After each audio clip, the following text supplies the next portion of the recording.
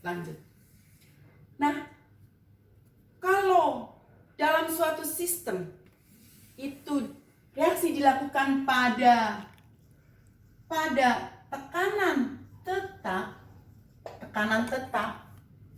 berarti dia tidak melakukan kerja, maka energi dalam bisa dinyatakan sebagai entalpi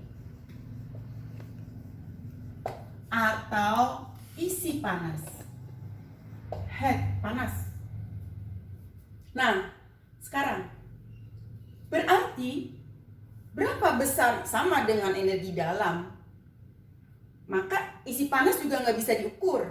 Kita hanya bisa mengukur perubahan isi panas atau perubahan entalpi. Entalpi itu nama lainnya adalah isi panas.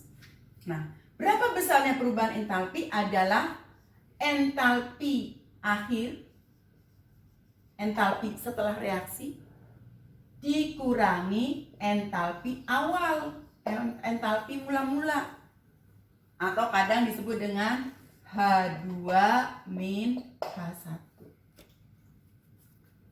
Nah,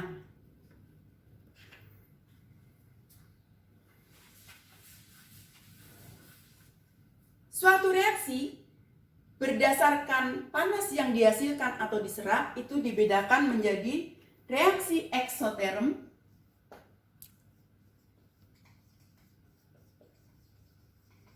dan reaksi endoterm. Kapan reaksi disebut dengan eksoterm? Kalau dia melepas panas. Dari mana diketahui? Itu bisa diketahui dengan lingkungannya bertambah panas. Misalnya, pembakaran butana, LPG.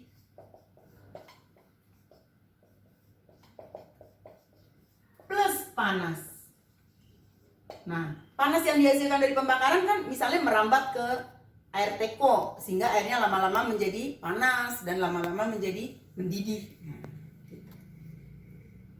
Reaksi eksoterm, reaksi yang melepas panas. Sebaliknya reaksi endoterm adalah reaksi yang menyerap panas. Contohnya tadi, batu es. Dia akan menyerap panas dari lingkungannya, sehingga lama-lama suhunya naik karena menyerap panas. Karena suhunya naik, maka suhunya menjadi melewati titik lelehnya, sehingga menjadi mencair. Nah, sekarang apa kaitannya dengan perubahan isi panas untuk reaksi eksoterm dan endoterm? Itu bisa dilihat dengan diagram tingkat energi. Kita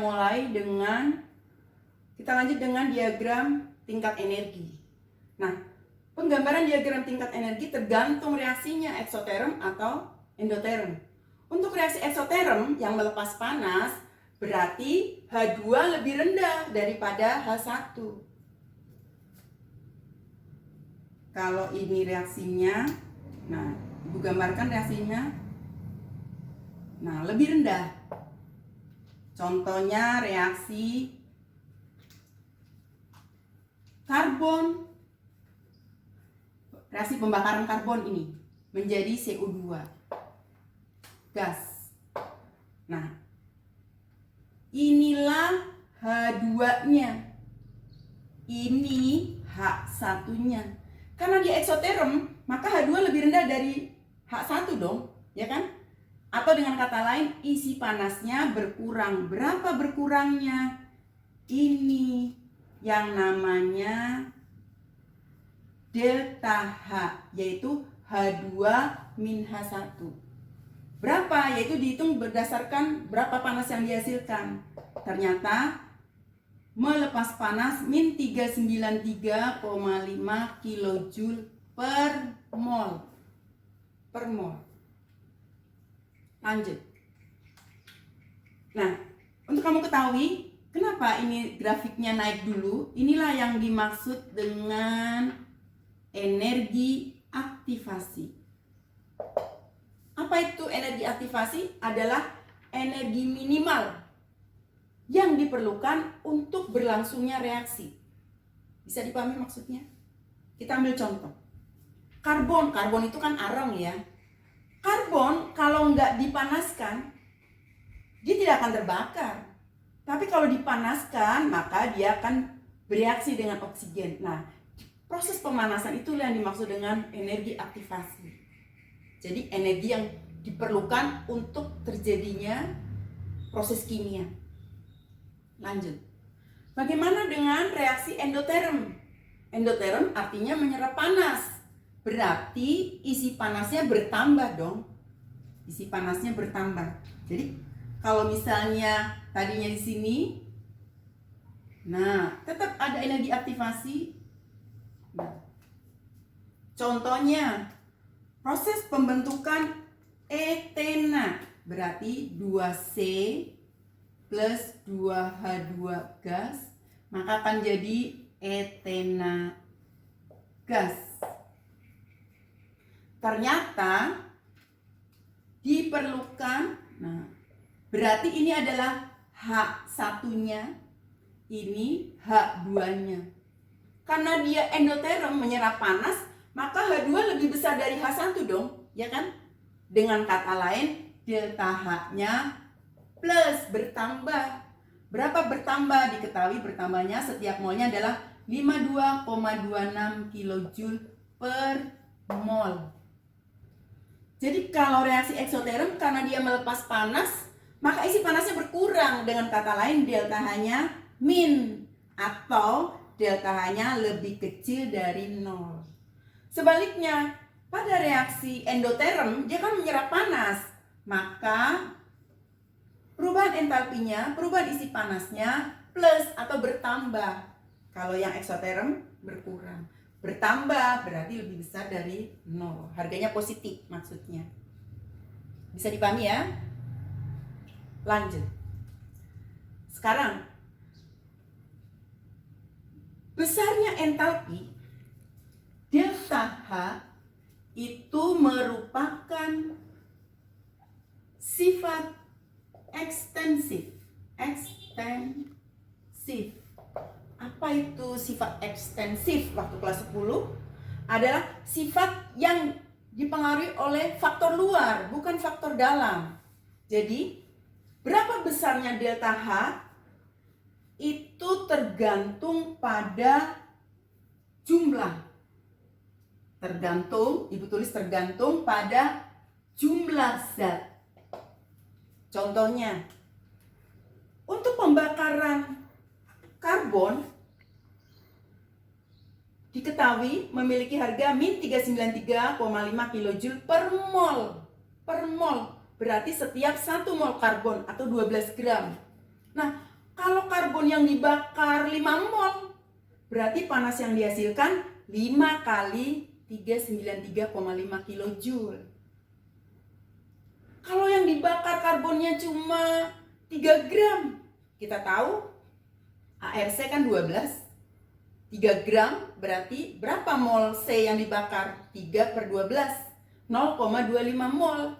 Maka panas yang dihasilkan ya 0,25 kali min 393,5. Jadi berapa besarnya perubahan entalpi suatu reaksi? Itu tergantung pada jumlah zat. Juga tergantung pada suhu. Makin tinggi suhunya, maka perubahan entalpinya juga akan berbeda. Kemudian tekanan dan juga tergantung pada volume. Maka biasanya pada soal-soal termokimia diketahui perubahan entalpi pada suhu dan tekanan tertentu. Kenapa? Karena suhu dan tekanannya berbeda, maka harga perubahan entalpinya juga berbeda. Apalagi jumlah zatnya berbeda ya. Yang patokan di sini adalah untuk 1 mol. Kalau yang bereaksi 2 mol, ya 2 kalinya panas yang dihasilkan. Begitu. Kalau cuma seperempat mol, ya cuma seperempatnya. Begitu. Bisa dipahami ya? Oke. Nah, sekarang kita ke persamaan termokimia.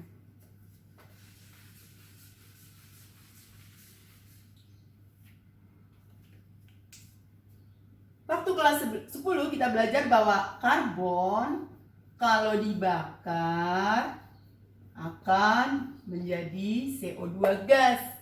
Kebetulan reaksinya udah setara ya. Maka ini namanya persamaan kimia kan. Nah, persamaan termokimia adalah, kamu catat aja ya, adalah persamaan reaksi yang disertai dengan besarnya perubahan energi atau besarnya perubahan entalpi. Jadi kalau di sini tuliskan persamaan termokimianya berarti bagaimana? Kalau diketahui panas pembakaran dari karbon adalah min 393,5 kJ, maka berarti di sini delta H-nya sama dengan min 393,5 kilojoule. Ini menunjukkan 1 mol. Jadi kalau misalnya berapa panas yang dihasilkan untuk reaksi pembakaran jika karbon yang dibakar cuma 6 gram misalnya, berapa delta H-nya? Ya tinggal delta H-nya adalah mol karbon. Kamu tulis dulu mol karbonnya 6/12, 0,5 mol.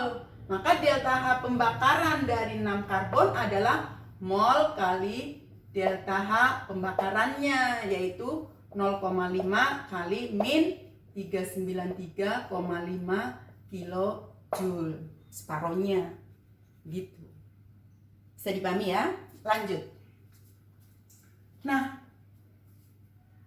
persamaan termokimia itu kalau reaksinya dibalik, perhatikan. Kalau pada pembakaran karbon menjadi CO2 melepas panas 393,5 kilojoule, maka secara kimia kalau CO2 diuraikan menjadi karbon dan O2, maka isi panasnya atau dia akan menyerap panas sebanyak 393,5 kilojoule. Jadi kalau reaksinya dibalik, maka harga delta H-nya juga dibalik. Kalau tadinya min menjadi plus. Artinya apa? Kalau CO2 dirubah lagi menjadi C dan O2, itu memerlukan panas. Reaksi C menjadi CO2 melepas panas, maka reaksi CO2 menjadi C akan menyerap panas. Sejumlah sama, cuma harganya beda karena yang satu menyerap, yang satu melepas. Bisa dipahami ya? Oke.